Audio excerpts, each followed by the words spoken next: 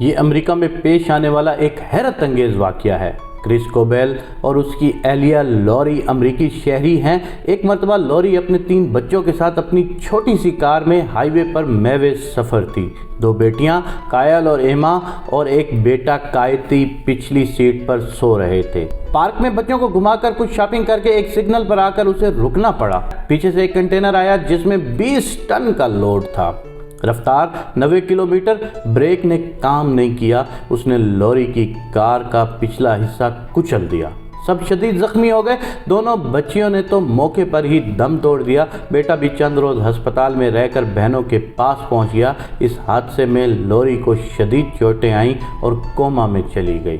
جب لوری ہوش میں آئی تو اس نے سب سے پہلے اپنے بچوں کا پوچھا۔ شوہر نے اس کو خبر سنائی کہ تینوں کا انتقال ہو گیا ہے۔ اب کیا ہو سکتا تھا؟ دکھیاری ماں خون کے آنسو پی کر رہ گئی۔ کنٹینر کا ڈرائیور ایک ملٹی نیشنل کمپنی کا ملازم تھا۔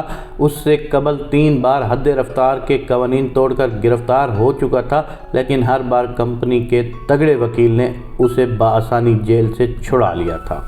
اس بار بھی وہ گرفتار تو ہو گیا، لیکن سزا شاید ہی ملتی۔ اب کریس اور لوری جن کی دنیا پہلے سے لٹ چکی تھی، وہ پارکوں میں لوگوں کو اپنے بچوں کے ساتھ کھیلتے دیکھتے تو ان پر غموں کے پہاڑ ٹوٹ پڑتے۔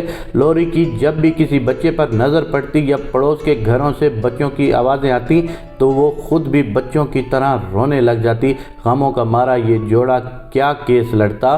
وکیل کے اخراجات اٹھانے اور عدالتوں میں چکر لگانے کی بجائے انہوں نے معاملہ اللہ کے سپرد کرنے کا فیصلہ کر لیا کہ وہی بہترین بدلہ دینے والا ہے۔ پھر کنٹینر کا ڈرائیور خود بھی 3 بچوں کا باپ تھا۔ لوری نے کرس سے کہا کہ ہمارے بچے تو ویسے بھی جنت میں پہنچ گئے ہیں، اب اگر کیس لڑیں تو ان کا نعم البدل دنیا میں نہیں مل سکتا۔ اگر یہ ڈرائیور بھی طویل عرصے کے لیے جیل چلا جائے تو اس کے بچوں کا کیا بنے گا؟ اس لیے اس کا جرم معاف کرتے ہیں، ہمیں اللہ پاک نعم البدل عطا فرمائے گا۔ کرس نے بیوی کی بات مان لی اور معاملہ رب کے حوالے کر کے خاموشی اختیار کر لی۔ ڈرائیور سے کوئی دیت اور خون بہا بھی نہیں لیا۔ وہ رہا ہو کر گھر چلا گیا۔ یہ سب کچھ دنیا کی عدالت میں ہو رہا تھا۔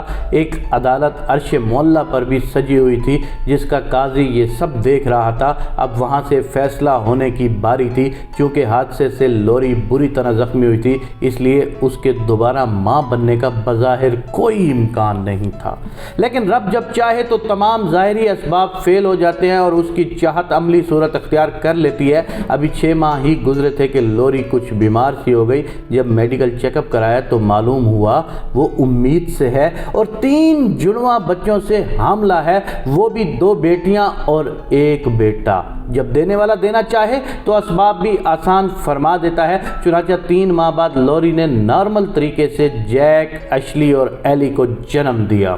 نہایت عجیب و غریب بات یہ ہے کہ تینوں بچے اپنے مردہ بہن بھائیوں کے ہو بہو مشابہ ہیں، ان میں ذرا برابر بھی فرق نہیں۔ اشکی اپنی بہن ایما کی اور ایلی کائتی کی ہو بہو کاپی ہے، جبکہ جیک تو بالکل ہی ایسا ہے گویا کائل نے دوبارہ جنم لے لیا ہو۔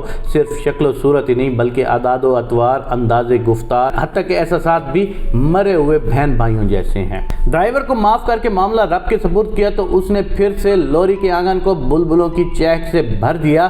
اسے اپنے مردہ بچوں کا غم بھلا دیا۔ لوری کا کہنا ہے کہ ایسے لگتا ہے کہ اللہ تعالیٰ نے میرے مردہ بچوں کی روحیں ان جڑواں بچوں میں رکھ کر انہیں مجھے لوٹا دیا ہے۔ میں اپنے رب کے اس کرم پر بہت ہی خوش ہوں۔ بے شک نیکی ضائع نہیں ہوتی اور صبر کا بدلہ اللہ تعالیٰ دنیا میں ہی عطا فرما دیتا ہے۔